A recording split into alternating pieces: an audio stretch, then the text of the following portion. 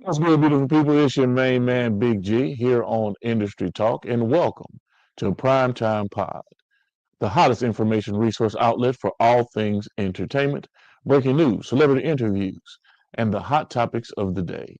Make sure to like, subscribe, and follow us on all social media platforms, our Facebook, Instagram, TikTok, Snapchat, you name it, we're on it. Just Google us. Boss Talk Podcast 101 Primetime. Okay. And he got prime time vibe. Make sure you check it How? Why the fuck you think he is? He say that. out. And second bill a whole lot. Now I'm not trying to get a little messy with you. Time is money. They go trap. What's good, beautiful people? It's your main man, Big G, coming at you all the way live. I'm in your space and I'm in your face, and I'm definitely blessed to be living another day. It is March 3rd, 2026. We have a nice cool breeze here in the great state of Mississippi, but I can tell you, just like today's conversation, it is going to be hot, ladies and gentlemen. I can assure you. I've been blessed with the opportunity to sit in this virtual studio with a wonderful guest, a couple of wonderful guests today. Of course, comedian Jarrell Braswell will be tuning in. Curvy and Capone are supposed to be chiming in a little bit later on. And of course, our special guest for today, Mr. Foster V. Corder, will be joining me. And of course, this is a privilege. We're not just having a conversation, we're stepping inside the mind of a man who has helped shape cinematic culture from behind the lens. We're talking about a visionary, a historian, a protector of legacy, a veteran filmmaker, producer, and director with over 45 years in the industry. Mr. Corder, this man who didn't just work in the business, he built in the business. Co-founder of Blackbird Films, director of music video production at Capitol Records, founder of Daughters to Feed film production company. And let's be clear. Let's be clear. Let's be honest about a lot of things. The true owner of the rights to the Dolemite name and franchise. The man who spent over 2 decades helping preserve and produce the Dolemite movies, not just documenting culture, but protecting it. Tonight, we introduce you to the mastermind behind more than 55 independent films, and I could be wrong, there may be more in the shoot. A storyteller who understands that power isn't always in front of the camera. Sometimes it's behind it. Sometimes it's in the paperwork. Sometimes it's in the ownership. Like I said, we're also going to be joined by Curvy Capone, voices of the culture, as we unpack this legacy, rights, storytelling, longevity, and what it truly means to survive and thrive in this industry for nearly half a century. This is not just surface conversation. This is some game from one of the best who has ever done it through every era, analog to digital, film reels to streaming platforms. So if you're an artist, a filmmaker, producer, entrepreneur, tonight is a masterclass, ladies and gentlemen. Tonight is definitely a masterclass. And right now I'm going to bring to the stage our special guest for the evening,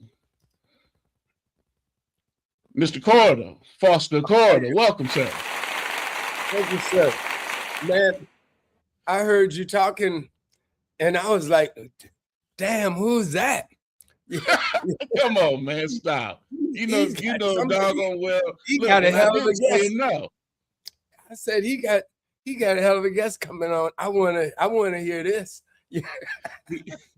Thank you so much. And I really do believe that I shortchanged you, because you know that there's so much more to your story, so much more to what you've brought to the table in the genre of film, music video production and the like, and we're gonna get into it. But I want to bring to the stage Kirby Capone as well. Do you know Kirby? Oh yeah. Oh yeah. You know Kirby? Kirby and I have been creating the next wave. See, Okay. after the daughters, we got some stuff coming, baby. Gotcha. All right, and we're gonna get into it, man, because this is my connection to you, Kirby Capone. You know what I'm saying? She said she would be willing to come on the show today at the last minute, and she said, you know what? You need to talk to Foster Carter. I said, okay, no problem.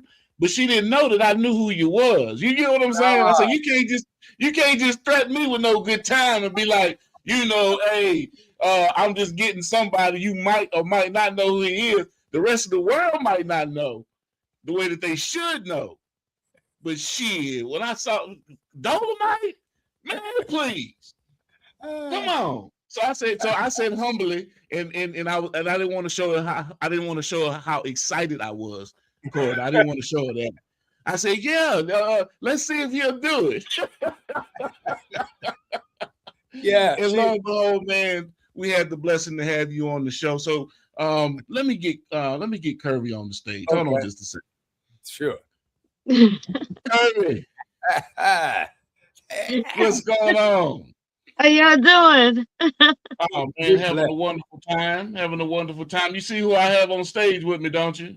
Yes, the amazing GOAT of the film industry. He is the wizard of film. And it is such an honor to work alongside him. Oh my gosh. You just don't know how good it is to work with somebody so experienced in this craft. Right. You know, I'm just starting out with my films, but he's been in it for a long time, and he can say, Kirby, you're doing this wrong, and, say, this is how you're supposed to do it, not like that. Right. And, I really look up to him because he's such an inspiration, Okay. Well, he's definitely an inspiration. He's a legacy. He's a walking encyclopedia. Yeah. When I can just keep coming with the accolades and adjectives and the whole 9 yards, but I want you guys to hear it from Foster himself in terms of who he is, where he's from, what he's about. I mean, before he got into the studio a little bit earlier, and he had to mention that his family is originally from Mississippi. Y'all know I'm in Mississippi. I'm from Mississippi. I'm Mississippi born and bred. So my question to him initially was, how do you get from Mississippi into Chicago? So let's start there. You know what I'm saying? From early years, Brother Foster. Okay. Well, let me say this though first. I haven't seen anything that Kirby has done wrong. Okay. So it's been a pleasure knowing Kirby so far and working with her. And she told me, Foster, hey, I know this guy, Big G, and he owed me money. So if you want to be on his show, I can hook that up. So I said, well, I'm okay. How much money? She said, we ain't gonna talk about that. So forget about that part. We'll just get right to why you put my business out there like that, Kirby? Well, yeah. What was the question? It doesn't matter. You didn't put my mind back on my money, baby. The hell with the question. So thank you so much for having me on, though, really. And yes, indeed. And I'm thrilled to spread the word and celebrate, Rudy Ray Moore's 99th birthday, man. That's such a huge thing because my family's from Mississippi. My mom, my dad, my older brother, my brother was born in Greenwood. My mom's from Money, Mississippi. And I still own property down there if I could live down there, but I just can't do that. And I'm in Los Angeles now by way of Chicago. And, I'm from Chicago, and I'm glad to be from Chicago, a long way from Chicago. Yeah. Okay, I mean, you saying you're a long way from Chicago, but there's a reason why you're a long way from Chicago. I mean, you know, back in the day, you was playing, you had an alter ego. You was a church boy. You was going to a Catholic school, getting That's a good right. education. Wait, And you did you know, research? at night you was out there running with the hooligans, the thugs, and the pea stones, and the That's you right. know. So give That's me a the little hope. history about that upbringing. Wow. Well, yeah, I mean, it was Catholic school by day, street gang by night, sneaking out the window when my mom went to sleep. My mom worked 5 jobs. She was the secretary at the Catholic school we went to during the daytime. And she'd bring us home and we do our homework and she'd feed us and she'd go back to the school and she was the custodian at night. And she mopped floors and empty trash cans and buff floors. And she managed the apartment building we lived in for the German gentleman, Otto. And she ran a newspaper branch out of the basement of our building. We got all our friends together, like 6 of our friends. We delivered Chicago Sun-Times newspapers from 6 o'clock in the morning until time for us to go to school at 8:30, 9 o'clock. And then she drove taxi cab on the weekend. You know, so Jeanette Carter was a hustler, and I guess that's where I got my producer mentality from. Yeah, so that's then, you know, the street gangs just got a little bit much, and they ended up hog-tying me and my brother and 6 of our friends. Hog-tied us behind our back, hands behind our back, beat us for about 3 hours, and that was my motivation to go to Vietnam. Well, hold on a second, bro, Foster. Hold on a second. Before we speed bump into that, you know, I mean, you were actually rolling with the clique for a moment there. You know what I mean? You know, we can't get beyond the point of, you know, y'all was shooting at y'all having that little crap game. Y'all won some money. Yes. Oh, you know, y'all leave the spot, with my brother, and y'all notice that the organization, the organization building, you know, which I live close to, next door to, if I'm not mistaken, they broken into the building. Man, you did a lot of research, didn't you? You're a professional. Come on, baby. Come on. All right. Congratulations. No, I'll give you your props. Yeah, you know, you know some stuff. Definitely. What I'm saying, you know, I mean, I had to do, you know, you do it deep when you have somebody with that's so honorable, that is such an icon. You cannot sit there and just wing it. You got to know what the hell you're talking about, man. Well, thank you very much. So tell me this: how much time do we have? Because I hate to, you know, waste people's time, and so I want to talk about this movie, but I want to make sure. So I mean, okay. Look here, let me explain it to you like this. We got all the time in the world, but I do understand what you're saying. Okay, let's clean the slate real quick and put all the most important information out there right quick. You know what I'm saying? The Daughters of Dolemite is going to be screening, and it's coming down the pipe real soon. You need to go to the website www.thedaughtersof.dolemite.com and check out all of the content, all of the great actors and actresses that are participated in the movie. Man, Michael Collier. Oh, man, wait a minute. I got the man who did it. Man, tell them who in the movie, baby. Let them know who in it. Yeah. You were doing great, my brother. But you did say it right. The website, and the most important thing going to the website is subscribe and become a member. So that's right. When this summer, when we do start coming across country to your city, you can be, made aware so you don't miss it, because there's 2 ways that the movie will be coming this summer. One is it'll be coming to city by city for a week or 2 at a time, or if one of these major studios picks us up, and I'm not going to really name any names until, and you know, but we're talking Sony. When one of the studios. When? Yeah, No, right. yeah. When? Okay. You know, it would come across country in wide release all at the same time. But God bless the child. So doing it Rudy Ray Moore style will be coming to a theater near you. So go to the website and sign up so you can stay aware, or go to social media and follow me, Foster Corder, Corder, like it says on the screen. Go to the Daughters of Dolemite, the Daughters of Dolemite, not with a D, but the way English, THE, the Daughters of Dolemite.com. Well, I mean, Daughters of Dolemite, Instagram and Facebook and yada, yada, yada.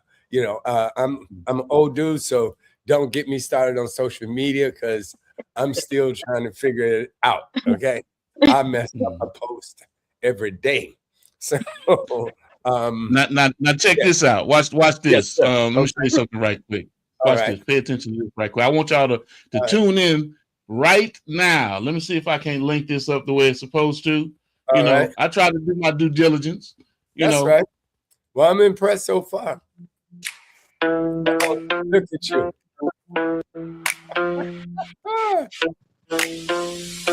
Lights flashing, yeah, the night gon' ignite. Daughters of Dolemite, and you damn fucking right. Directed by Foster Cordy, yeah, he running the show. 2 hours, 3 minutes, that funk gonna flow. 3 badass daughters gotta step up quick. Daddy Dolemite in trouble, yeah, some real shit. Heroes in the making, time run it thin. Comedy, action, soul, let the madness begin. Gary Sturgis bringing fire to the screen. Hawthorne James keeping everything mean. Kathleen Bradley still smooth as hell. Michael Collier got stories to tell. Tori Hart wildin', Joey Medina legit. K Riggs classy with that fly girl grit. Rama Monakabi, cool in the mix. Sia Ricarda, make the energy hit. Teresa Juntao, sharp and supreme. Anna Marte, keep it fresh on the scene. Whole damn cast bringing laughs and heat. This the kind of movie night you don't wanna cheat. So get them tickets now. Don't bullshit, move fast before the motherfucking seats are gone at last. Show up clean, loud, ready to vibe. Dolemite legacy still fucking alive.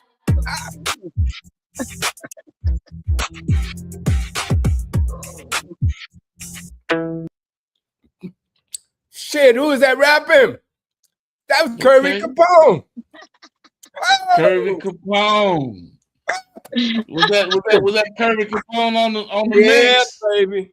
She was throwing okay. She was throwing down. Okay. You know, so I hope you don't think I was going to shortchange you on this interview, brother. Oh man, you know, it's the dream team coming together there. I mean, and you asked me about, you know, the cast, and yes, people were jumping up there. I almost wish we could go frame by frame and as people come up. But Hawthorne James, my main man, and well, everybody in the movie is dear to my heart because, you know, this movie is an important movie as far as the industry goes and history, yes. Because and so you say we got time, so yeah, we do.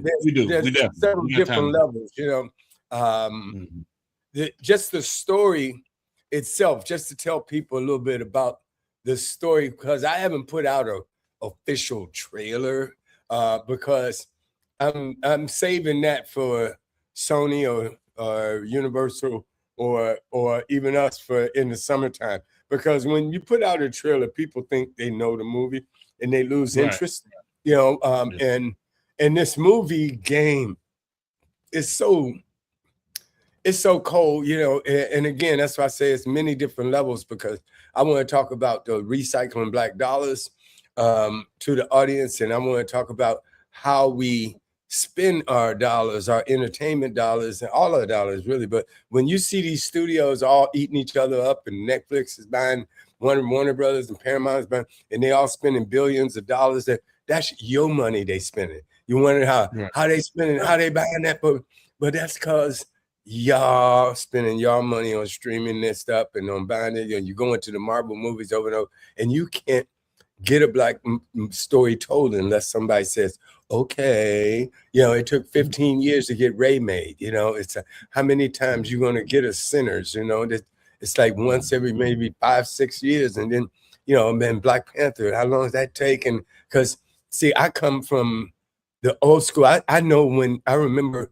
when they said, well, black movies don't sell well, and people scared to go to the theater, and black people don't sell well overseas, and there were no black actors in front of the camera, much less people behind the scenes making them.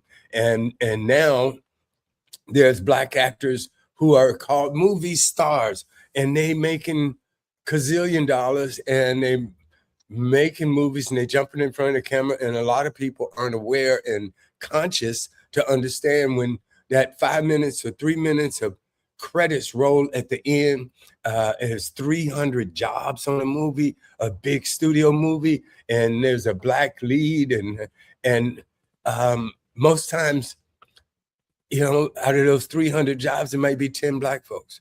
It's like, and I'm not talking racist, I'm talking survival. I'm talking where the tuition, where the mortgage payments, where all of the real stuff. If you're going to talk about the business of entertainment is people getting paid, and Right. I don't want anybody to misconstrue what I'm saying. I love everybody. You come to Thanksgiving dinner in our family, it's like a rainbow coalition. We got everybody in there because we all married and cousins and dead and the whole 9 yards. But if you go on a Scorsese movie set, you're going to find all Italians, from the person pouring coffee to the person driving him around to the camera. I mean, it's just the way it is. And you go on Robert Rodriguez set, you're going to find all 99.9% Mexicans. If you go on some of the Korean television and the Japanese, producers and television, you're going to find 90% of their people. And the shame and sadness but it's a result of 400 years of slavery. I totally get it.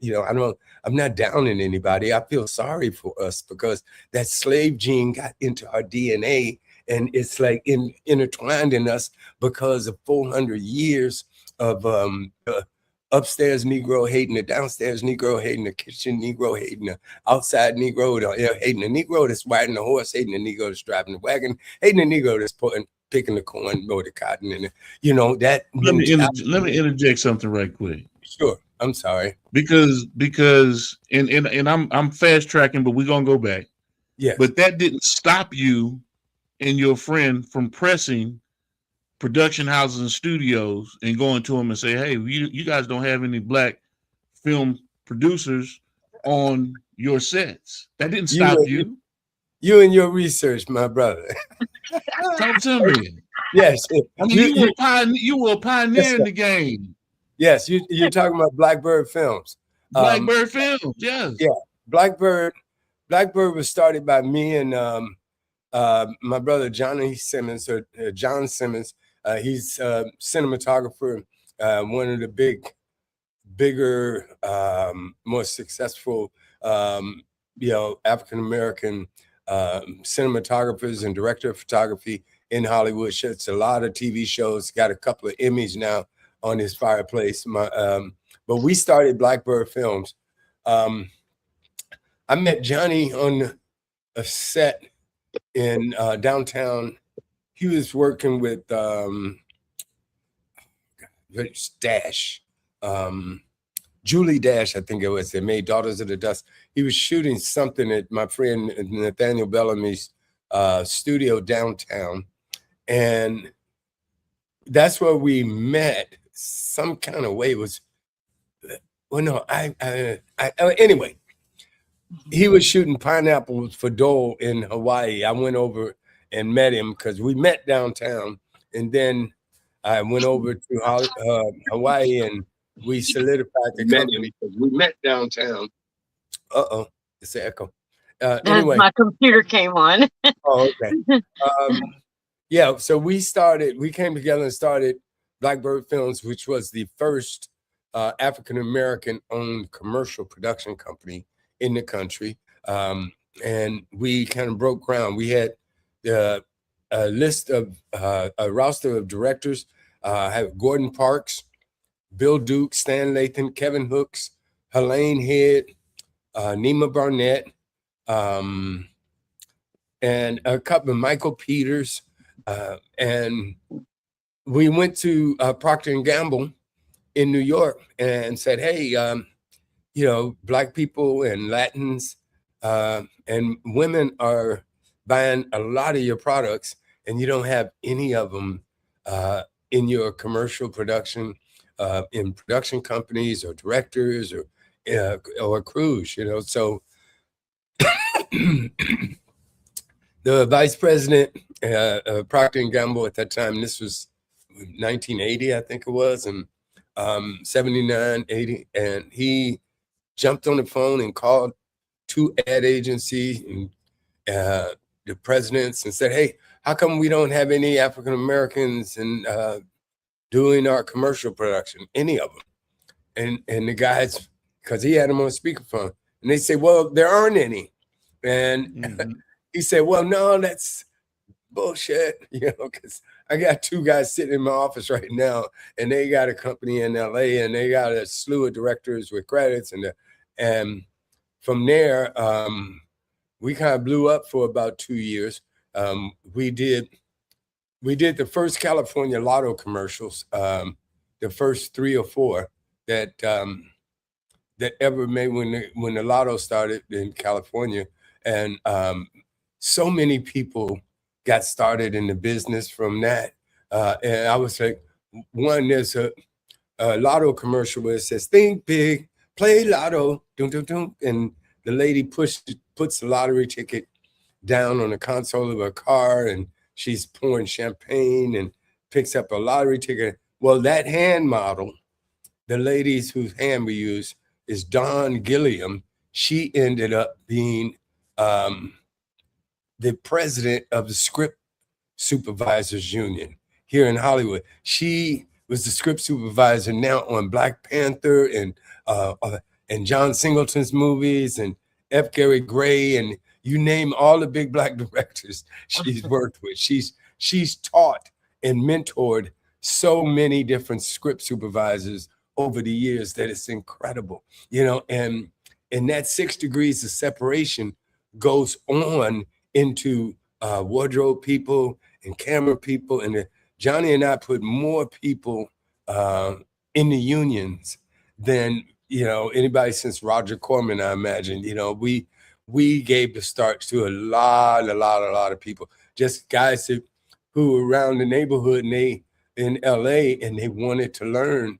And, you know, we just gave people opportunities to come in. They didn't know what a C-stand was, you know. So anyway, remember the BB King commercial where it was Mac Chicken, where they played it every time BB got sick, but it was like, bum, bum, bum, bum. He said, hate to put you down, but what's that, Lucille? You know, so we did that, and that was a classic because it was one of the first times that McDonald's ever used celebrity talent, because, you know, most McDonald's commercials that you've seen over the years, it's always that everyman, you know, it's like nobody that's really famous. And we did a McRib with Sinbad.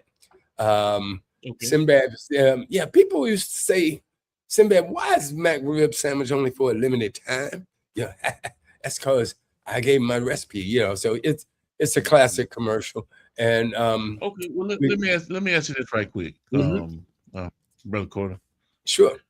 Now you and forgive me, Kirby Capone, don't take this the wrong way. Don't take this the wrong way. But I got to ask the question because he's mentioned that, you know, he's gotten a lot of folks enlisted into the unions, the film unions, you know, the guilds of the organization. But at the same time, in the same breath, you said, you know, you're not one to be in any box because the union's gonna treat you like a hoe. Yeah. Well, you've been researching your ass over there. I better make sure ain't no cameras around this, because you know a lot of stuff. Look at you, boy. Yeah, it's like, you know, everybody has their way, you know. And again, see, I don't blame people who wanted to get into unions because that's a damn good thing. Health insurance and benefits. You know, it's like I've worked on union movies, and those one, the checks are really, really good. But I got, since I in theory retired and stuff, I got some of that you know, I forgot what the hell they call it, but pension and welfare stuff, you know, money that so they, you know, it's a good thing. And when you got family and what union is great. It's just for me. Right. For me, when I came up, it was impossible to get in the union if you were Black. It just wasn't happening. When I came back from Vietnam, you know, because I was a navigator in Vietnam, and I had gone to Naval War College in Newport, Rhode Island, studied navigation in Loran and synoptic weather and all this stuff. Yeah. And I could have been I wanted to be a tugboat pilot on the Chicago rivers, you know, because that was good money, you know. But that union was set up, it was rigged, it was, and I think it was the Irish guys that it was either Irish or Italian that had that locked up, you know. That union was set up so cold that they said it was only so many union positions, right? And if you were a union member and you died and your position became open, your position don't go out into rotation. The person that has first dibs on your union spot is your son. How sweet is that? You know, so I learned at its finest.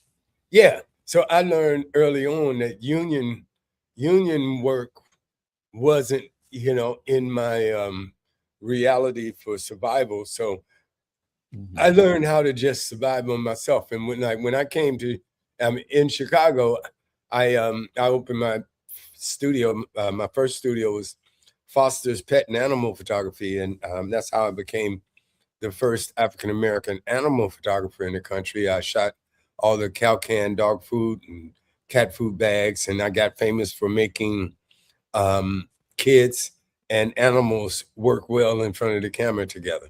And you know, I had my little secrets, which was don't feed the dog the day before the shoot, and take liver. I had liver sausage, and I would rub it all over the kids, you know, before they came into the studio. And and once they got up there, people would say, "Oh, this dog, you know, he doesn't like anybody." It was like Fritz the cat, no, Morris the cat. I remember back in the day. I don't know if y'all remember Morris the cat, but I photographed Morris the cat once. But it put the kid next. You see, Kirby, you see how he slipped that in there, right?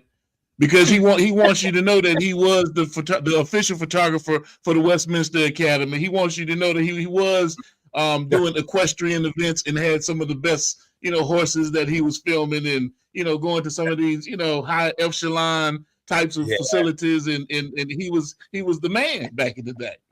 Yeah, and still is the man. Definitely, without question. Hey man, I took some of the nicest horse portraits that you ever want to see, man. And in 1977, I was charging $1,500 for a horse portrait, and man, that was big money then. It's big money now, actually, according to my phone bill. You know, so it's like. So anyway, I don't know how I got on that, but where were we? But that's okay, because I'm gonna bring it all full circle, Brother Corder, and you know, I'm not leaving you out of this, Curvy Capone. You know what I'm saying? We gonna jump into it, but like I said, I gotta ask these questions because, you know, we kind of fast track, but we have to go back a little bit, Foster. We got to go back a little bit because you almost lost your life as a child. You almost got beat to death in this black carpeted room with black walls. Oh Lord. Yes. You know, and of course, you know, you got you and your brother you'd already won some money from the dice game. Yeah. And y'all noticed that there was a building that had been burglarized, and it had some change from a phone booth that was down on the ground. And you know, your brother had picked up the change. You know, wanted to go scoop up the change, wanted to just be a little greedy. Why didn't you tell your brother, man, walk away, baby? You giving me chills, baby. Okay, listen. That story, you know, see what you're talking about now is it gets in. The president of Paramount bought my life story in 1983, and I've done so much since then. That is just incredible. The movie went in and turned around because the Vietnam movies. Variety said that the Vietnam era movie was over with. You know, Hamburger Hill came out and it didn't really do business. It was a critical success, but the public was burnt out because after Apocalypse Now, and then Stallone made 2 or 3 or 4, 1785 Rocky. I mean, Rocky go to Vietnam and then or whatever, and then there was. You know, everybody, Van Damme was making movies over and over in Vietnam, and everybody and their mama, what's the other dude? But it was just Vietnam movie after Vietnam. Schwarzenegger. Yeah, everybody made Vietnam movies, right? So, and when Paramount was going to release mine right after Hamburger Hill, which was an awesome movie, and if you haven't seen it, you should see it, starring Courtney Vance, and but my picture was scheduled to go into production after that, and Varieties put out a issue, and the headline said the Vietnam era movies are over, and so my movie went into turnaround, and it never got made, which is okay because I like to help, you know, be behind getting it made myself. But that period of my life is, I'd much rather see it be a mini series on like a HBO or something, because everybody I know, they thought that The Wire was this awesome show. It's like The Wire is The Wire. Oh, that's a man. Southside of Chicago make The Wire look like school kids camp. You know, going away on the weekend. Right. You run to be on The Wire to get away from Southside Chicago. At that time, you know, because my brother and I used to sneak. And the reason why you're saying that is because, and correct me if I'm wrong, right? Sure. But the Blackstone Rangers were one of the central gangs in the region. They were. It was Blackstone Rangers and the Disciples back then. Okay, and so you came face to face with the founder. Because of that incident. Absolutely. And he is in prison doing 100 to 200 years right now, and for many, many different things. And I'll be perfectly honest with you, I don't even want to talk about him because it has been said that he has had people hurt, taken out, and several different things from the confines of a government institution. And so I'm just going to leave that alone to the point of so I understand. So if we're gonna move right along, get our, I'm just happy. But that was one of the main reasons why you went to the Navy. Absolutely, yeah. When I was beaten for 3 hours, hands tied behind my back and hogtied, and very, very, very terrifying. I've told the story before, so. You guys could probably find it out there on the interweb. But I passed out from lack of blood, loss of blood, and woke up in the hospital, and they saved my life. And I went to St. Louis, and I came back because I saw the writing on the wall. I knew I couldn't take the neighborhood much longer. So when I signed up for the Navy. I had taken the GED because I was still 15, and I passed that. And I forged my birth certificate because my mom hardworking Jeanette Carter had gotten me a job in the mailroom at J. Walter Heller, I think it was. They were either a publicity company or an ad agency. I'm not sure. J. Walter Heller. Anyway, I remember when color Xerox machine came out. I was working in the mailroom, and I had learned about different paper stocks and, you know, all of the different things that go into printing, you know, because when you're in the mailroom, you're making copies and doing it. And then it had been black and white copy. First of all, also, did you know that the person behind the Xerox machine was black? Yeah, and they stole the patent and all this stuff. Anyway, I made a birth certificate and used it to go to the Navy. So I came back from St. Louis, and I was so terrified that I got off one bus in like a terminal. It was all one terminal, Greyhound, but this bus stopped at like the number 3, and I walked over to number 5 and got on another bus. It was going to LAX to take these new recruits to an airplane going to San Diego to boot camp. And my life has never been the same. You know, there was 2 moments that changed my life, or 3 maybe. That was one. But I'll tell you this, the one moment that changed my life and could probably change a lot of young people's was I had left boot camp and I got what they call a service school, right? So I was at the Naval War College in Newport, Rhode Island. It's like a sub base, but that's the Naval War College there. And I was on watch, and it's like about a half a mile from the base. You're sitting out at a fence, and there's a desk in the middle of nowhere.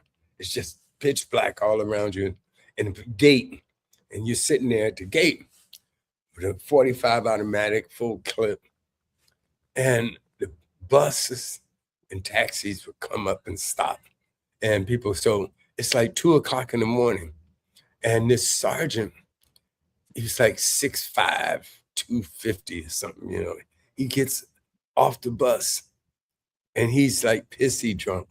He's just so drunk, he's staggering. And he staggers over and he sits on the desk right in front of me. And he's like drunk, and, you know, he literally pissy drunk, you know, it's like it's stinking. And he sits there and he leans down and he says, "Quarter, you know, you a stupid nigger." And I was like, "Whoa, Sarge, what the fuck? You know, what's going on?" He's like, "You know, you're a stupid nigger." And I'm like, "Sarge, why are you saying this?" You know, and he says, "Cause, you know, you ain't look around. You know, you the only one of y'all here." You know, he said, "You think they want you here?" You know, he says, "You know, but no," he said, "but you doing exactly what they want you to do. You flunking out." He said, and I was like, "Oh, sorry." And you got to understand, I was, 15, turning 16. I came from Southside Chicago. I had a chip on my shoulder that fucking you could not move. Okay.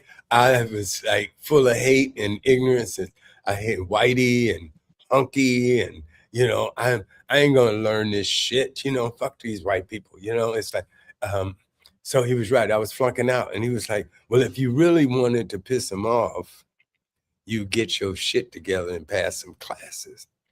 He said, "But you ain't gonna do that because you a stupid nigger." And he got up off the desk and walked and went into, walked and went in the barracks. And the next day he didn't remember nothing, but I sat there after he left and I'm steaming, man. I was so fucking hot. It was a wonder I didn't burst into flames, man. And I had the 45 automatic, and I said, I should shoot this motherfucker, you know, because he's drunk and he's pissed all over himself and he's stinking. You know, I could just say he attacked me, you know. Wasn't no cameras back then, you know. It's like, I could just take his ass out, you know, because I was full of that. And I sat there for the next hour and a half or so, and I was thinking, and he was completely right. I wasn't passing the classes. I wasn't learning them. And I was rejecting the education that they were trying to give me. And I was only there because I had scored extremely high on the test. So I sat there and I had an epiphany. And to make a long story short, I got my shit together and I graduated in the top third of my class. And my life has never, ever, ever been the same. Because so let me ask you this. Let me ask you this, Foster. Mm-hmm. Coming back, you know, from Vietnam and getting into the industry, Mm-hmm. you know, I mean, because I know you dealt with some serious elements of prejudice and racism, coming back, hatred towards military vets, and definitely I appreciate and thank you for your service, sir, without question. So, you know, you dealt with that coming home, you know, how people felt about the war, and now you're getting into an industry, you know, the film industry, where there's less than 0.001% of African Americans in the industry, and definitely not having ownership of the industry, and you coming into it in high independent fashion, and then inevitably, you know, having a stakeholder in one of the biggest names in the game right now. Over longevity. I mean, that's the only way I can look at it. Historically, you're an icon in this business because you held the mantle and the moniker, and you still talking about and presenting the Dolemite name to the industry. So talk to us about how, you know, how did you navigate all of that, Foster? Well, it's I never wanted to be famous.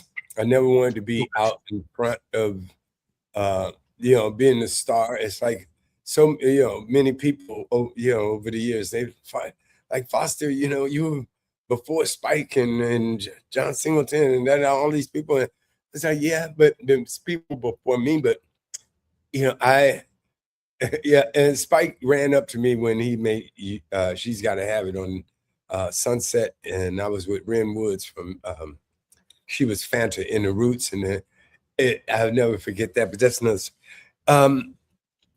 I've just been happy working, man. I was happy being able to work in the craft that I loved, and that's what I set out to do in Chicago when I found out that I could not get into the tugboat pilot union. You know, I said, well, I love this camera because I got my first camera. That's a story when I was overseas. That's another story. Which one? When you got your first camera, or when you were introduced into the film industry through pornography? You something else, my brother. They call him Big G for a reason, huh?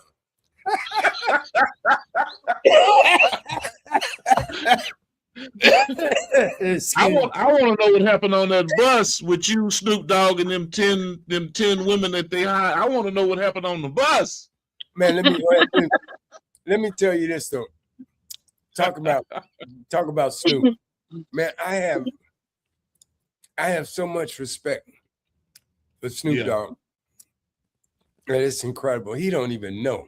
It's like it was one time because again, I've seen the industry and the progression of artists and different stuff, you know.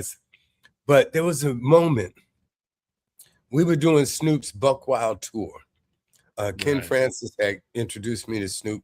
Snoop got me the job with Playboy, and he made them hire me. I was the first African American DP. that Playboy ever hired. And that was because they tried to give him just one of their DPs, a white guy, to do this tour with him and Busta Rhymes. It was 2 buses or 3 buses, and leaving LA with like 9 girls on one bus, Snoop on the other bus, and we were on another bus, and Busta was flying in to the different cities. But me and my camera crew and stuff, and we were shooting Miss Buck Wild from LA to New York, and Snoop was stopping, doing concerts along the way, right? And Snoop, made them hire me because Ken introduced me to Snoop and said, this is Foster, he's a cinematographer, and Snoop stood up for me and got the gig. And I'll never forget, I was making like $1,000 a day or something. It was good money, And but we were in like Baltimore or somewhere like that, right?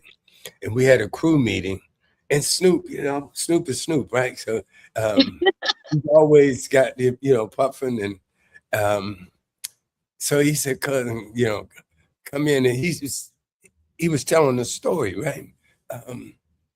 We all sitting around. It's like 8 of us or something, and this executive from Playboy comes in, right?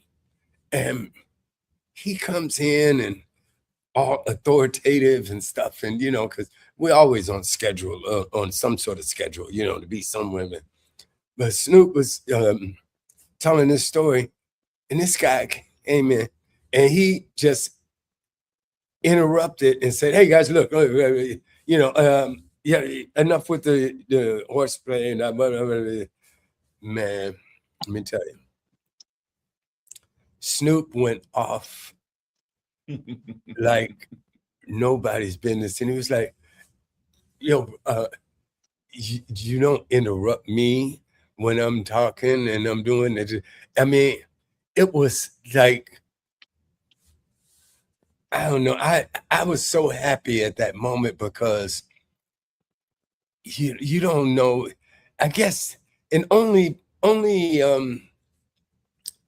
people can understand, people of color and Latino descent people, and because white people don't understand what that privilege feeling is. They just take it for granted that how they are, because half of them don't know better. It's like it's not based in racism. A lot of times it's just based in privilege. It's just they expect that no matter how much money you got, whoever they can always override you. They can know more than you. Yeah, I can't tell you how many people know more and try to tell me they know more about my shit than I do, but that moment was really special on that tour, because Snoop gained a lot of respect, not just from me, but from everybody, because he stood up, because I've seen so many artists just not take that moment, and because, yeah, it wasn't a big deal, but at the same time, it was a moment, it was and he took the moment to help educate the guy, the guy learned something, he learned how rude he was and how disrespectful he was and how condescending he was, and different stuff. So, yeah, so I had major respect for Snoop, and the fact that Snoop loved Dolemite. Snoop loved Dolemite. Snoop said on, I think Don Randall did a video, and Snoop said, "Without Dolemite, there'd be no Snoop," and I was with Snoop when he did the it wasn't Murder video. I brought Dolemite down on the set. It was I forgot. Don Randall told me the other day, because I get them all mixed up. I'm sorry, I got a million shoots in my head, so they all run together sometimes. But anyway, I love Snoop, man, and I hope he ends up the screening. But you know, speaking of shoots, Mhm. Capitol Records, over Mhm. 155 music videos in production under your belt, Kirby, if not more. where you get this dude? Is there anything he ain't found out? It's like,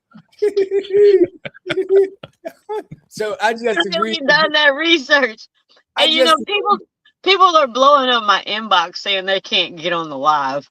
So I'm thinking that because it's not public, I told them you have to send a friend request. So Oh wow, it's not live. I mean, they can't. You know, we're streaming on all platforms: YouTube, Facebook, Instagram, Twitch. It's live, but it says friends only, so only the friends can see it on Facebook. It's not public. So they're in my inbox saying I can't get in. It won't open. It won't open. And I'm trying to type and answer everybody. Oh yes, indeed. Yes, indeed. Well, I have plenty more questions that I'm going to ask you, Brother Foster. Kirby, is there anything that you need to ask? Because I've been talking. Because, like I said, you don't understand how excited I am talking to this gentleman. That when I get the opportunity to talk to an encyclopedia, I try to extract and exploit as much information and knowledge that I can. I try to squeeze the onion, the blood out of the turnip. Yeah, see, I don't have anything to say. I want to hear you guys. I just agreed to do the show a couple of hours ago, and he done went. I don't know. He must use Chat GPT or AI or something. Pull up You can't find what I'm talking about on Chat GPT, baby. I promise. I promise you. Oh my goodness. You can't find it. No, indeed. You know, because you know, Wilt Chamberlain. Uh-oh. Yeah, no. Oh, let's get into it, man. You've rubbed elbows and networked with some of the best in the business, man. Yes, the Bombada stick. Bombada stick, yes. Do you know what that, Kirby Capone? Do you know what that is? Well, Just see, yes or no. I don't Yes watch or no. TV and I don't listen to the radio or anything, so I don't know This who ain't Wilt Chamberlain TV is. or radio. This is in the movies. This is Arnold I don't watch Schwarzenegger. movies Wilt or Chamberlain anything. playing in the Conan series, and actually the individual who actually designed the stick that Arnold Schwarzenegger and Wilt Chamberlain were fighting in is sitting right before you. See, and I'm catching up on all of that. Yeah, that was a moment. I mean, it's like, Brother Foster, I'm not trying to tell you a story. I'm just trying to tell you, I know who you are, man. I'm 55. I grew up on Dolemite. Hey, 55. Yes, let me tell you, man. I read the film credits. I tell you, you know, that was amazing. I'm trying to find that picture because there we go.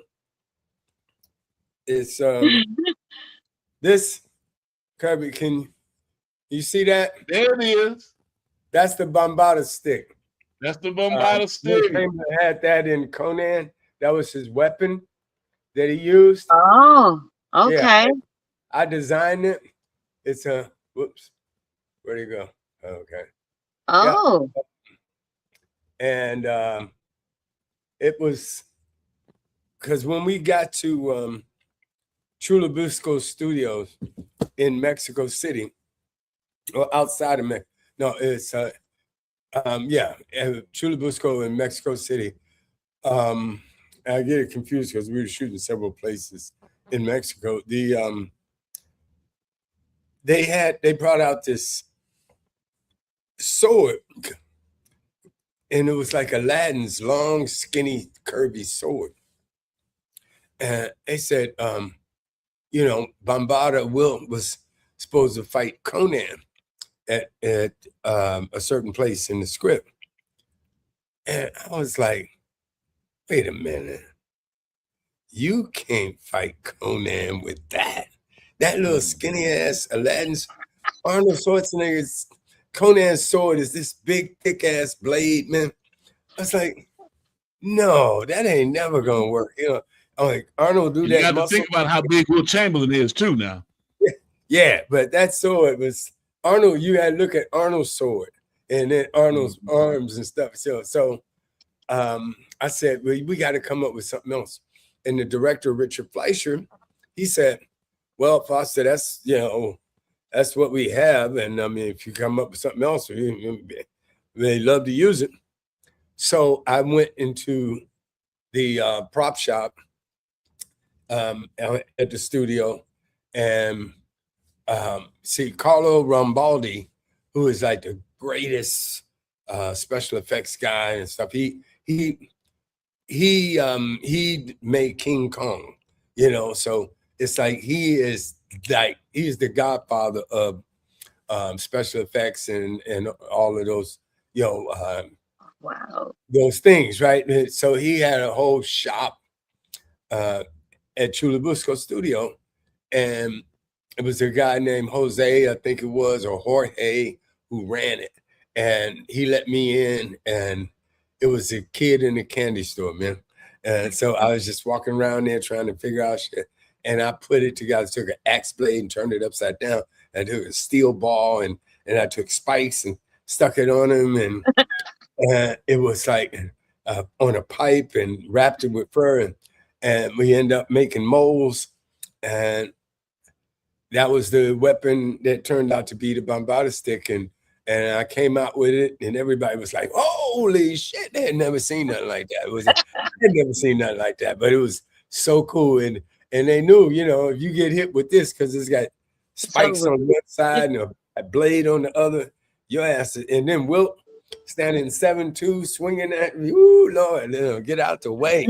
So, yeah, they used that in the movie. And, yeah, that was a moment. That was a moment because Arnold, one of the greatest things about Arnold Schwarzenegger, he said, and you know, a lot of times people don't realize that, you know, before Michael Jordan, you were doing things with professional athletes already on the movie scene.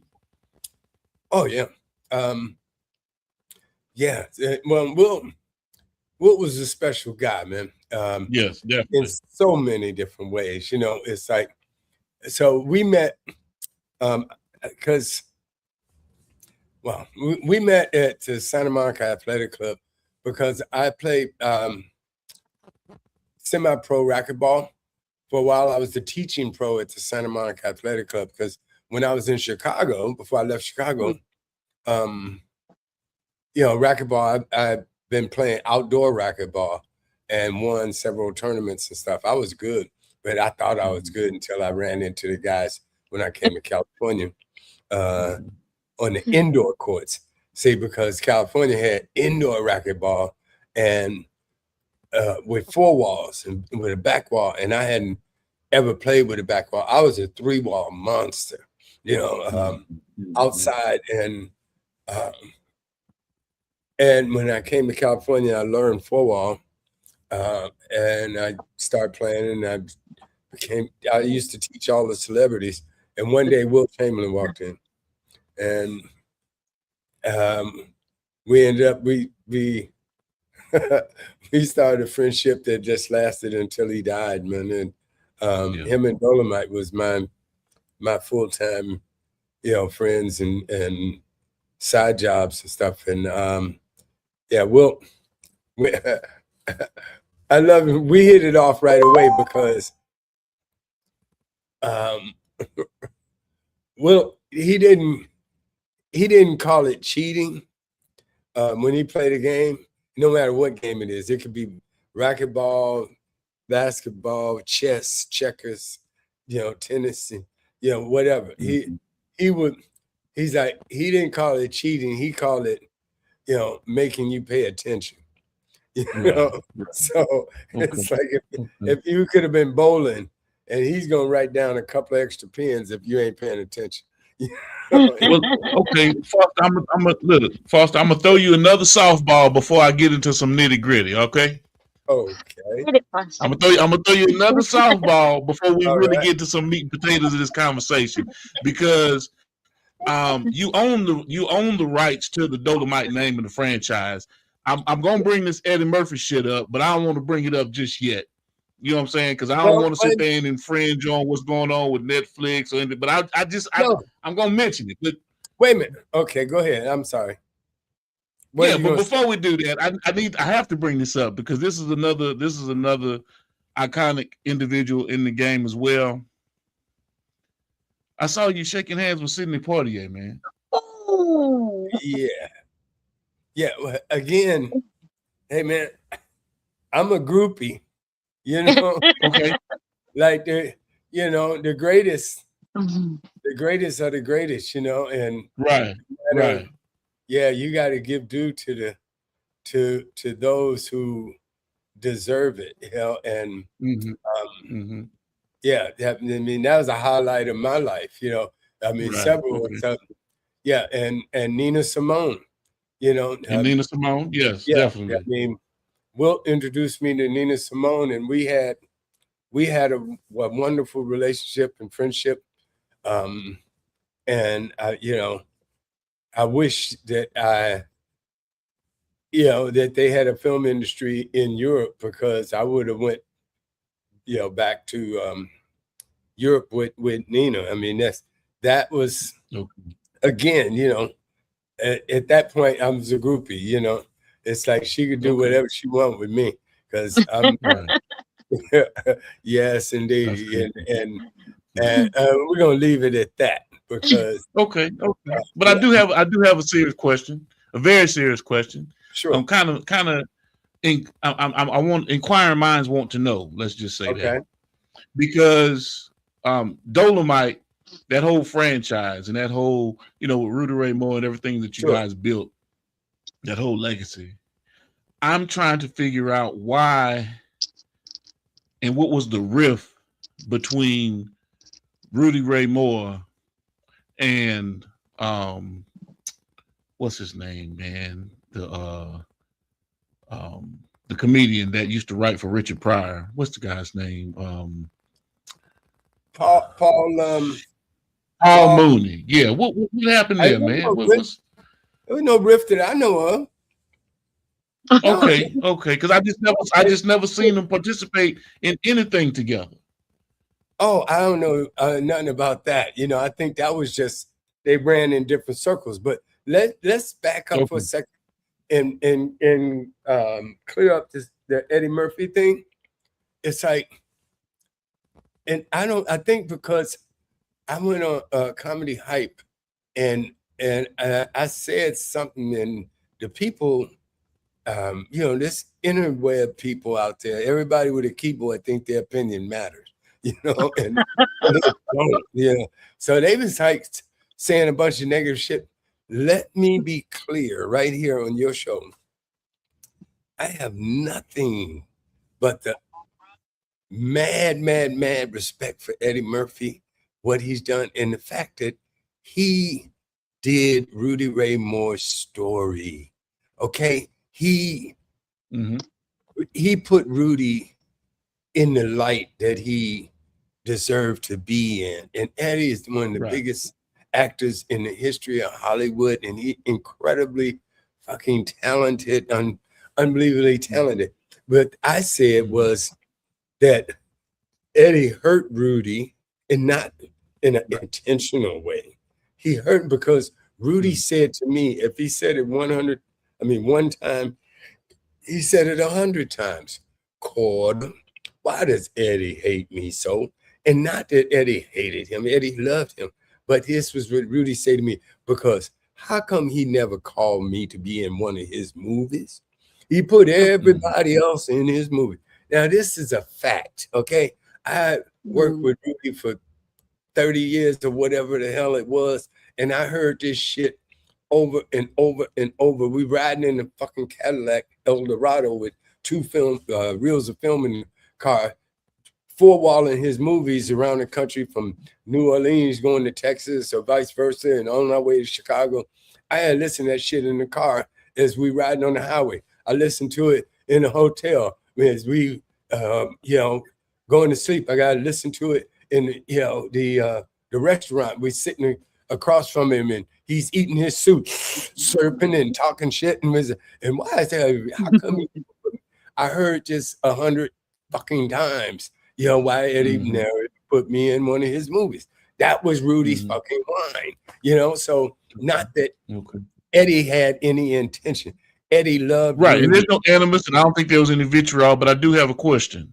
Sure. If in fact you're going to do a production about Rudy Ray Moore and Rudy has passed at this point, and you're going to do a production after the fact, right? Wouldn't you want to enlist individuals that were in the camp to at least collaborate, to consult, to talk to actually get insight and information from? Right. Yeah. You talking about the fact that they didn't involve me or talk to me or anything around the time when they were making that movie Dolemite Is My Name with Eddie. That wasn't Eddie's fault. That was the producers and the writers and the directors' fault. The people behind the scenes. Eddie never knew about me. They purposely kept Eddie away from me. They never told him Foster Quarter exists. Yeah, of course. If you're going to do anybody's story, I mean, you can't do Rudy Ray Moore's story without fucking talking to me. Okay. That's right. And I'm the only filmmaker alive that worked with him. I worked, 4 of his movies, and out of the 7, it's like, give me a fucking break. And I've distributed. He bestowed you with the ownerships of the rights on your birthday, if I'm not mistaken, right? Yeah, but again, they never, they never, Eddie never knew none of that, and then let me tell you something that I kind of felt bad about, right? Because when I was doing the documentary that I produced and directed, the documentary, The Legend of Dolemite, right?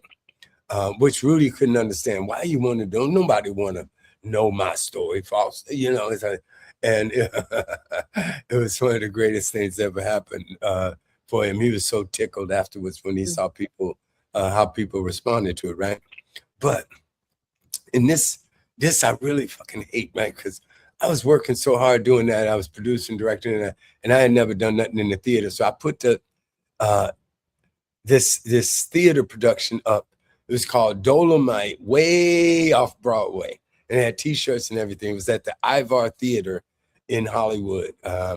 Classic is a iconic theater right off in between Hollywood and Sunset Boulevard in LA. And I put on this show, Dolemite, way off Broadway, and my wife reminded me, because I was so crazy that night because I was operating 3 cameras and shit. I had no budget, so I had 3 cameras going, and I had 1 camera operator and me, and I'm running around and direct. It was just crazy, right? So I remember my wife told me Eddie Murphy came, because she was at the box office, and she reminded me Eddie Murphy came to that show when Rudy was at the Ivar. And so I know Eddie had nothing but love for Rudy, and I would have loved to have been part of that movie. But my story about Rudy Ray Moore takes place where that movie ended after the premiere of the Dolemite film. I knew Rudy in the more dramatic parts of his life, where there were, it's the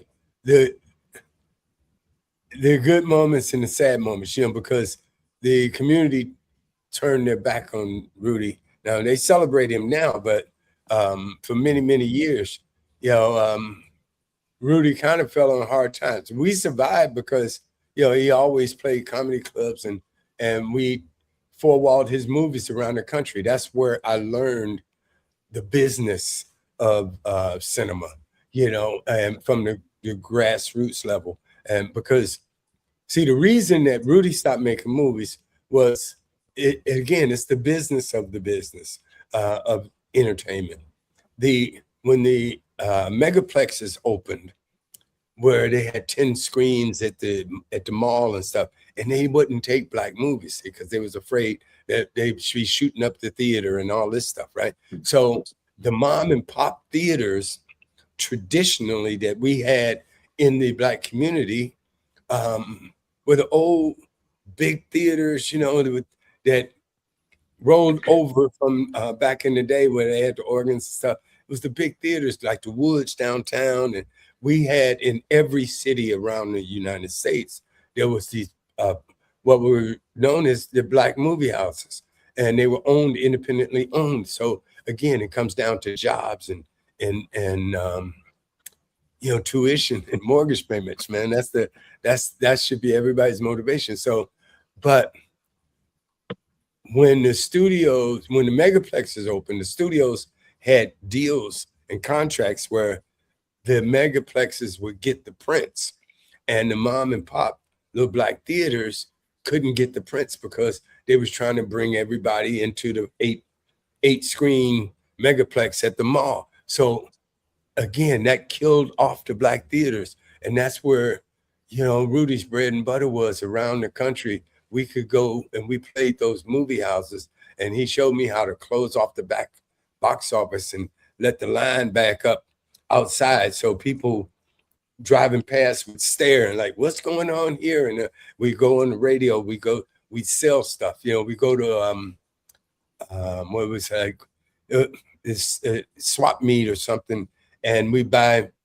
just, you know, it was an assortment of different things we do to keep the hustle going.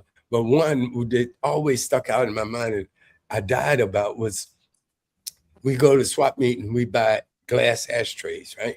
Like we buy 50 of them for like 5 cents a piece, you know, it come from China, this little glass. We go to what was a copy place like Kinko's today or something, and he take picture of him, and he make like on one 8.5 by 11 sheet of paper, he'd have like 10, 12, 15, 20 different pictures of him. And then we go to the hotel, and he'd sit there in the bed and cut out these little pictures, right, of his of Dolemite. And then he'd take Elmer's glue, and he'd take the ashtray and he'd glue the picture to the bottom of the ashtray. And then we go to the nightclub at night when he's performing, and we set up a table, and I'd sell these ashtrays, Dolemite ashtrays, $5 a piece. Put your butt in my face, right? It was like perfect Dolemite merch, you know. And we sell 50 ashtrays, man. You know, it's like, and that's how we pay for hotel and gas. And so those things, I learned so many things from Rudy, you know. Anyway, I'm old. I don't know. Look, Brother Foster, while you were talking, of course, our resident comedian, Jarrell Braswell, my good friend, my brother, who's working with me, and of course, how you doing? Going across the country, traveling right now, and he's hitting those comedy clubs right now. I know. I told you how excited I was. Y'all think I'm playing and joking. I told you how excited I was just to be able to sit down and talk with you. Kirby Capone, I can't thank you enough for making this connection. See, Jasmine, public relations, thank you for making this happen. In terms of us getting together and talking, I know Jarrell has some questions he wanted to ask you too. Sure. JB, what you want to ask Brother Foster, man? Man, it was a lot of them. You asked them a lot of them already, but just experience working with Rudy Ray Moore, man, just coming up with these characters, watching them develop these characters, especially the one with the human tornado. Him having sex with the sheriff's wife, and he come back there and he got them jump down the hill. But nigga, I know there was a stunt man. Like, come on now. Then how you just going into this shit. You know this ain't no stunt man, it's me, baby. Yeah, he said, now watch this good shit. And he did that shit and ran that shit back, you know. I come up off that shit too, watching with my granddaddy Coon, man. Then he say, drive, nigga, drive. Put your foot in the tank, nigga. You ain't driving. Put your foot in the tank, nigga, drive. You know what I'm saying? Then that nigga had a shotgun. He had a pump shotgun. He said, "Shit, I gotta rock this shotgun up his motherfucking A." He rocked that bitch 3 times and blew the goddamn car. Like, man, come on, man. Like, this shit you couldn't make up. No, Yeah. it's like I tell people,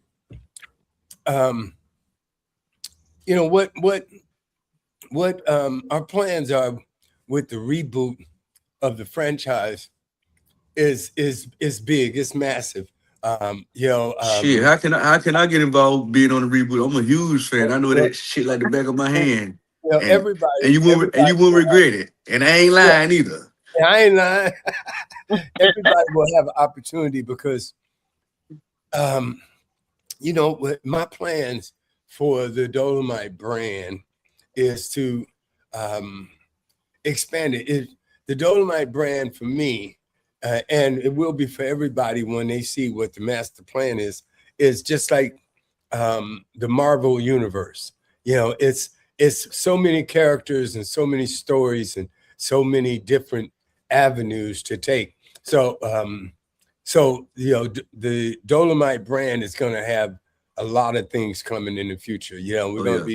We're doing films. The Daughters of Dolemite is just only one branch and tentacle. There's the Dolemite character itself, which when we reboot, the way I see him is going to be more like the Deadpool character, where he is bigger than life and he can't really be killed.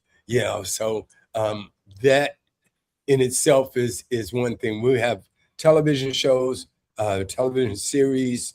We have some streaming stuff. We have cartoons and animation. There's my cousin owns a cartoon company in the Philippines, and so we're going to be expanding the brand in taking it into a whole nother stratosphere. And the only thing I can kind of compare it to is the Marvel universe, where there will be different spinoff and different characters created, because until like recently, the scary movie franchises, Dolemite was the only true African-American film franchise. There was like 7 Dolemite movies, and there were like 2 Shafts or something like that, but maybe 3, but there's no other. When you talk about like Batman, Superman, Spider-Man, Dolemite is the only thing that you can compare that to. And so we're going to do some great things in the future. So I hope everybody supports it, because again, when you look at what's happening with the studios and the Paramounts and Warner Brothers and the Netflix, the conglomerates, they're all eating each other up, but they're eating each other off of your money, and so how you guys spending money? Ice-T, he just started the OG network, and one of the things I heard him say, which I totally have respect for, is that he said, I wanted to do it, but I didn't want to do anything that anybody could take down and take away, so his brother, so anyway, that's my story. So now speaking on behalf of that, let's jump into that a little bit, Brother Foster, because now we're talking about ownership. We're talking about ownership of your intellectual property, right? Correct. And making sure that no one can infringe upon your copyrights, or putting it up on your own server or your own application to stream wherever it is that you want on demand, or however you want to do it, put it behind a paywall for video on demand. So how is that structure, going to benefit you moving forward, knowing that, you have the blueprint to make it a win-win for you in your given situation, circumstance? Well, I kind of don't want to go into that. We'll wait. It's another show. I'll come back, because I don't want to give away some of the things that we got coming. Gotcha. If you can understand that. Oh no, much respect. I definitely understand, man. You've given me so much. If you don't go back and watch this interview, and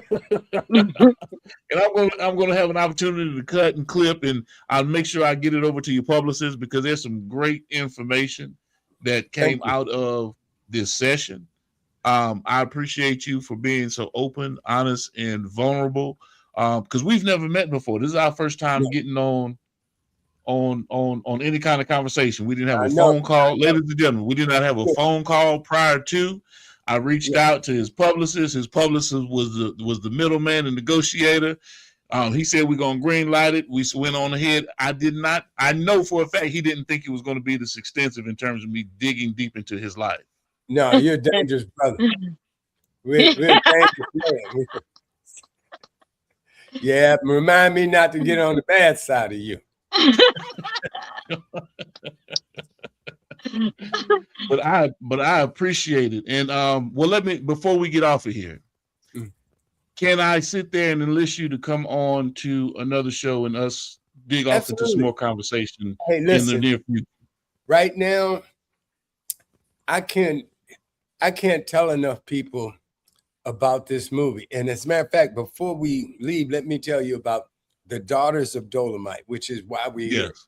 And this movie, I'll tell you the story. What the story is about, it's sort of it's a Tarantino type script where it's sort of like Pulp Fiction, where you got multiple storylines going on. It's a high level of screenwriting. Now, not the fact that pump my own horn just because I wrote it with my partner Ruth Atkins Robinson, but it's like Crash or Pulp Fiction meets Mel Brooks, Spaceballs or something. But the story is about Willie Buffon, which is the character that I happen to play. Willie is a thief, and he wins the lotto, the $20 million lottery, and he gets busted by the police, which is Hawthorne James, the day that he wins the lotto. But before he gets busted and goes to jail, he hides the lottery ticket. So the lottery ticket is good for a year. It gives Willie a year and a day. So now he's got to find somebody who he can give the lottery ticket to that can cash it in and keep the money and split the money with him until he gets out. So what he does is he gives 3 cons who are getting out of jail a clue, each one of them a clue. And he writes Dolemite a letter and tells him, hey, interview these different cons, get the clues, and I know you smart. You'll figure out where I put the ticket, and you get it and cash it in and hold the money from me. Well, these cons are characters in themselves. Michael Collier plays one. He's a con man, doctor / attorney, which he's got no medical degree nor a license, and there's another character who's a transsexual prostitute. And there's another character who is blind Mexican who sells erotic, pornographic ice cream by the Watchtower, and then Willie's wife, who is Tori Hart, she has a gang of 3 hard-bodied chicks who beat Dolemite up. They kidnapped Dolemite and beat him up, and because they're looking for the lottery ticket. So, and then there's Kathleen Bradley, who is a probation officer for the 3 cons, right?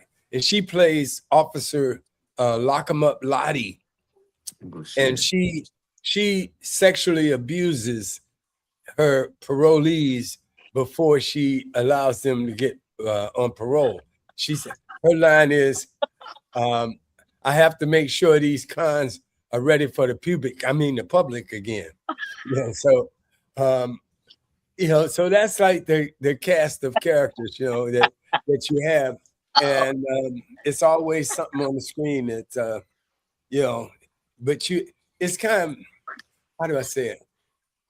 It's smart comedy, I guess. You know, you have to pay attention and listen because a lot of it is in the words and you know, so it's not like slapstick. And okay, that takes me to exactly what my point being. See, people say, well, you're going to do it like Rudy did. Rudy, nobody can do what Dolemite did. Nobody can do what Rudy did. See, Rudy, the authenticity, he was so honest. He was so bad, he was good. You know, it was the fact that he didn't know how to act. Was just, you know, it's precious. You could not teach anybody that. You know, that was straight out of him. He wanted to be a movie star on the screen and bring that character. So he did what he had been seeing, but ignorance is bliss, you know, and thank God for all of us. He did not realize, you know, how bad it was, you know, it's like, and now it's a blessing. I mean, and so nobody could do that. You can't recreate that. I mean, that is what it is. But I can keep the character going. I can keep the brand going. And I can keep the promise that I made to Rudy and keep it going. So that's my story, and I'm sticking to it. Yes, indeed. I will say this. I think the gentleman's name was Brandon T. Hooks, comedian Brandon T. Hooks. Brian Hooks. Brian Hooks. My apologies. My apologies. Brian Hooks. He said, you don't play on set, man. He said, you ain't going for that shit. You quick to cuss a motherfucker out. Hey, man, you see that? I'm a Navy guy. It be like that sometimes. I'm a veteran myself, Marine Corps veteran. That's right. See, I mean, you know, you don't have to worry about getting cussed out if you don't fuck up. Yeah, right. It's like, hey, and because if I fuck up, I want to get cussed out. You know, because you got to keep folks in check. Yeah, you know, keep folks in check, man. And yes, you know, and if truth be told, you know, if you can't cuss your friend out and they don't leave, you know, if they walk out on you, they wasn't your friend, you know. Yeah. So, you know, it's like I could tell you some good stories, but I'll leave it there. Okay. Well, look here, Kirby. Yes, sir. Yes, indeed, Kirby.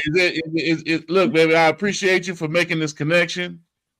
We're gonna have to follow up again and get you on and talk to you about what you got going on. But G, now you don't owe her that money no more, though. That's the cool thing, you know. So y'all even, right? I still gotta get paid, though. I gotta get paid. So, yes, I think I did my song and dance and put a little work in tonight. I think so. I believe so. But you still owe that interest, though. That's what she's saying. Okay. You know, right. you know them loan sharks. You know, you took care of the debt, but that interest. So Kirby, I mean, Foster said that you were the vocalist on that track. Well,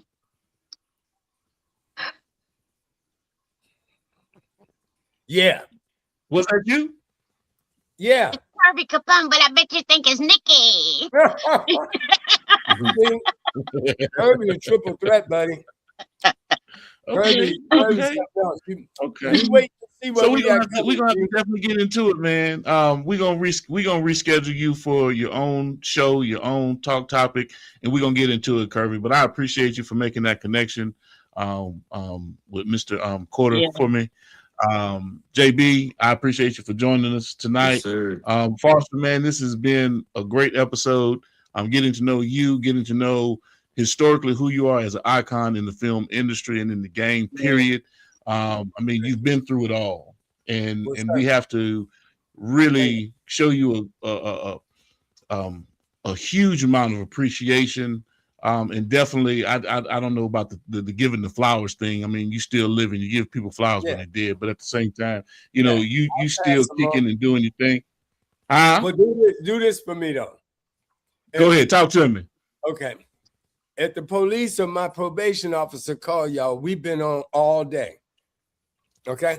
I don't mind being complicit in the crime. I don't mind. I'm telling you right now, I got your back, baby. If that's All what right. we need to say. Thank you so much, man. It's a pleasure. Thank you so It's much. definitely a pleasure, man. I appreciate you. And hey, man, you've been on another great episode of Industry Talk. And you all know, man, as always, it's about health, wealth, and wellness. Stay dangerous. Stay dangerous, people. Stay dangerous. What's good, beautiful people? It's your main man, Big G. And this is my personal invite to all of you to join me on Industry Talk on the Prime Time Network daily at 5 p.m. Central Standard Time, where I get into great conversations with entrepreneurs, artists, industry leaders, you name it, we bring it to the table.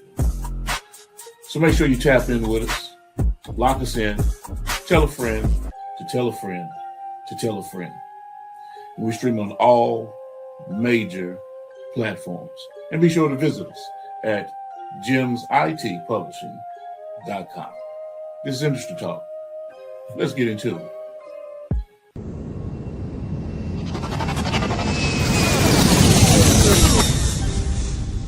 Motion.